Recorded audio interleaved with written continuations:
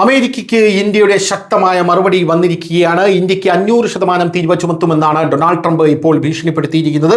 Donald ട്രംപിന്റെ റഡാറിൽ 6 രാജ്യങ്ങളുണ്ട്. Venezuela പിടിച്ചെടുത്ത ശേഷം കൊളംബിയ എന്ന് പറയുന്ന ഒരു രാജ്യമുണ്ട്, ക്യൂബയുണ്ട്, മെക്സിക്കോയുണ്ട്, ഗ്രീൻലാൻഡ് ഉണ്ട്, അതിന്റെ കൂട്ടത്തിൽ ഇന്ത്യയും ഉണ്ട് എന്നുള്ളതാണ് പ്രധാനപ്പെട്ട കാര്യം. ഇന്ത്യക്ക് 500% താരിഫ് ചുമത്തും എന്ന ഡൊണാൾഡ് ട്രംപിന്റെ പ്രസ്താവന ഇപ്പോൾ വിദേശകാര്യ മന്ത്രാലയം നോക്കിക്കാണുന്നത് ഇങ്ങനെയാണ്. വിപണി സാഹചര്യങ്ങൾ കണക്കിലെടുത്തും 1.4 ബില്യൺ ഇന്ത്യക്കാരുടെ ഊർജ്ജ സുരക്ഷ ഉറപ്പാക്കി ഇന്ത്യ ഊർജ്ജവുമായി ബന്ധപ്പെട്ട തീരുമാനങ്ങൾ എടുക്കും എന്ന് അദ്ദേഹം പറഞ്ഞു. അതായത് ഇന്ത്യക്കാരുടെ ഊർജത്തിന്റെ ആവശ്യവും വിപണി മൂല്യങ്ങളെല്ലാം കണക്കാക്കി മാത്രമാണ് ഇന്ത്യ ഓരോരോ തീരുമാനങ്ങൾ എടുക്കുന്നത്. US ഇതിനകം തന്നെ ഇന്ത്യക്ക് 50% തീരുവ ചുമത്തിയിട്ടുണ്ട് എന്നത് ശ്രദ്ധിക്കേണ്ടതാണ്. എന്നിരുന്നാലും ട്രംപിന്റെ 50% താരിഫ് ഇന്ത്യൻ സമ്പദ് വ്യവസ്ഥയിൽ കാര്യമായ സ്വാധീനം ചെലുത്തുന്നതിൽ പരാജയപ്പെട്ടു എന്നും ഇന്ത്യ പറയുന്നു. ഇന്ത്യ, ചൈന, ബ്രസീൽ തുടങ്ങിയ രാജ്യങ്ങളിൽ 500% തീരുവ ചുമത്താൻ US ഇപ്പോൾ തയ്യാറെടുക്കുകയാണ്. സെനറ്റർ ലിൻഡ്സേ ഗ്രഹാം ആണ് ഈ ബിൽ അവതരിപ്പിച്ചത്. US പ്രസിഡന്റ് ട്രംപ് ഈ ബിൽ അംഗീകരിച്ചു. റഷ്യയുടെ എണ്ണ വാങ്ങുന്നതിലൂടെയാണ് ഇന്ത്യ റഷ്യ യുക്രൈൻ യുദ്ധത്തിന് ധനസഹായം നൽകുന്നത് എന്ന് US പ്രധാനമായും പറയുന്നു.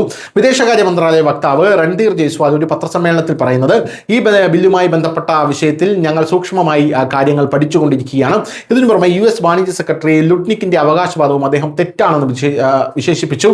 പ്രധാനമന്ത്രി മോദി ട്രംപിനെ വിളിക്കാത്തതിൽ ഇന്ത്യ US വ്യാപാര കരാർ നടന്നില്ലെന്ന് ഹോർവാർഡ് ലുട്നിക് പറഞ്ഞിരുന്നു.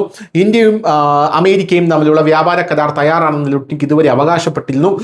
പ്രധാനമന്ത്രി മോദി ട്രംപുമായി സംസാരിച്ചിരുന്നെങ്കിൽ ഈ വ്യാപാര കരാർ ഇപ്പോൾ നടക്കുമായിരുന്നുവെന്ന് അദ്ദേഹം പറഞ്ഞു. മറുപടിയായി 2025 പ്രധാനമന്ത്രി മോദിയും US പ്രസിഡന്റ് ട്രംപും തമ്മിൽ ഒരു സംഭാഷണം നടന്നതായി രൺധീർ ജയ്സ്വാൾ പറഞ്ഞു.